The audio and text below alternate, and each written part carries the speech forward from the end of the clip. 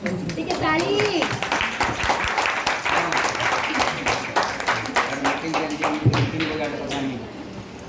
ମା ପରମେଶ୍ୱରୀ ନମଃ।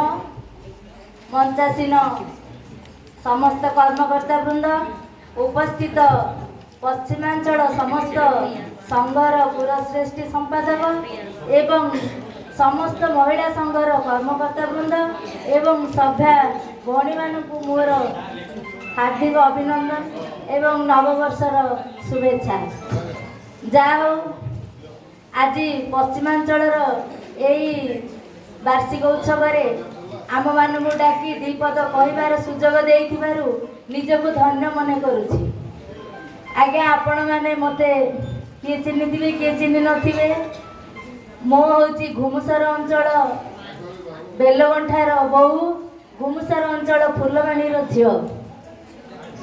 ମୁଁ ପ୍ରଥମେ ବେଲଗଣ୍ଠା ମହିଳା ସଂଘରେ ପ୍ରଥମେ 2004 ସାଲରେ ବେଲଗଣ୍ଠାରେ ପ୍ରଥମେ ମହିଳା ସଂଘ ଗଠନ ହୋଇଥିଲା। ସେହି ମହିଳା ସଂଘରେ ମୁଁ ସଭାନେତ୍ରୀ ଭାବରେ ଥିଲି। ତାପରେ ମୋତେ 4 ବର୍ଷ ପରେ ଆମ ଅଞ୍ଚଳ ମୁଖ୍ୟ ସଂଗଠିକା ଭାବରେ ମୋତେ ଗ୍ରହଣ କରିଥିଲେ। ମୁଖ୍ୟ ସଂଗଠିକା ଭାବରେ ମୁଁ ଆମ ଘୁମୁସର ଅଞ୍ଚଳର 36 ସଂଘ ବୁଲି ବୁଲି ମହିଳାମାନଙ୍କୁ ଏକାଠି କରି 36 ସଂଘରେ ସଂଘ ଗଠନ କରିଥିଲି। ତାପରେ ଆମ ଅଞ୍ଚଳରେ ମହିଳା ସଂଘ ଗଠନ ହେଲା, ଅଞ୍ଚଳ ମହିଳା ସଂଘ। ସେହି ଅଞ୍ଚଳ ମହିଳା ସଂଘରେ ମୋତେ ସଭାନେତ୍ରୀ ରୂପେ ନିର୍ବାଚନ କରିଥିଲେ। ମୁଁ ସଂଘ ତଥା ଅଞ୍ଚଳର ଅଖଣ୍ଡତା ଓ ସାର୍ବଭୌମତା ପ୍ରତି ପ୍ରତିବଦ୍ଧ ରହିବି। ମୁଁ ଶ୍ରୀମତୀ ଚିନାରୀ ପଦ୍ମା ସୁବୁଦ୍ଧି ମା କନ୍ୟକା ପରମେଶ୍ୱରୀଙ୍କ ନାମରେ ଶପଥ ନେଉଅଛି ଯେ ପଶ୍ଚିମାଞ୍ଚଳ ମହିଳା ସଂଘର କାର୍ଯ୍ୟନିର୍ବାହୀ କମିଟିରେ ଶପଥ ନେଉଅଛି ଯେ ପଶ୍ଚିମାଞ୍ଚଳ ମହିଳା ସଂଘର କାର୍ଯ୍ୟନିର୍ବାହୀ କମିଟିରେ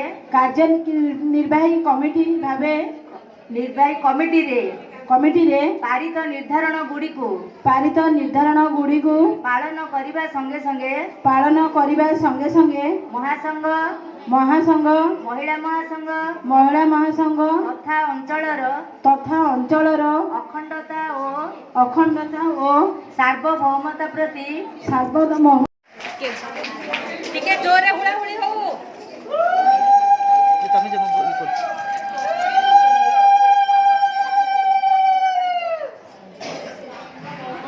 ତାଙ୍କୁ ଦେ ଏଇ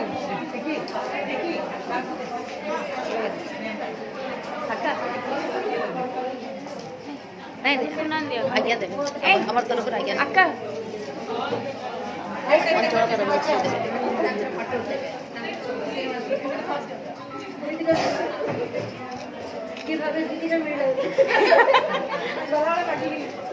ଆକା ଏ ତମେ ଟିକେ ଛାଡିବ।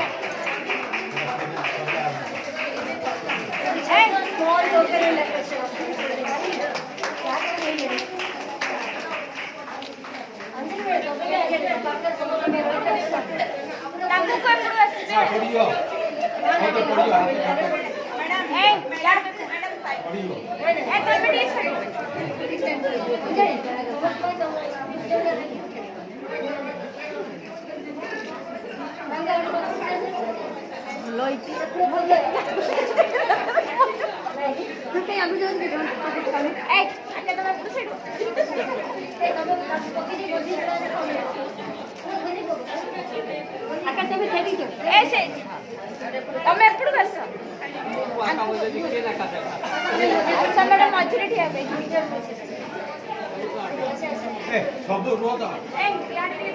ମ୍ୟାଡାମ ଶୁଣ ସବୁ ହେଲା ପରେ ରହିବି ସବୁ କେତେ ଫଟୋ କାଢିଲେ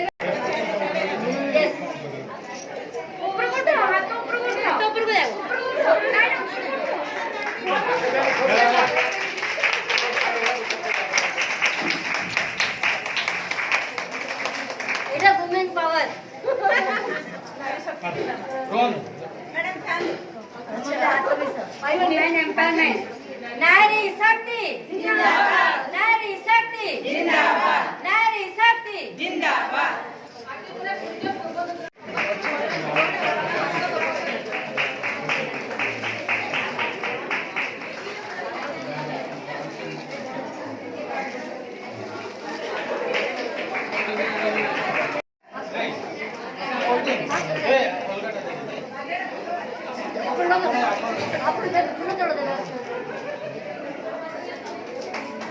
ଆମ ମହିଳା ଟିମକୁ ଯେତେ ଆଶୀର୍ବାଦ ଦେଲେ ସେତେ ଆମ ପାଇଁ ଭଲ। ସେଥିରେ ଆମେ କହୁଛୁ ଆଶୀର୍ବାଦ ସମସ୍ତେ ଦିଅ।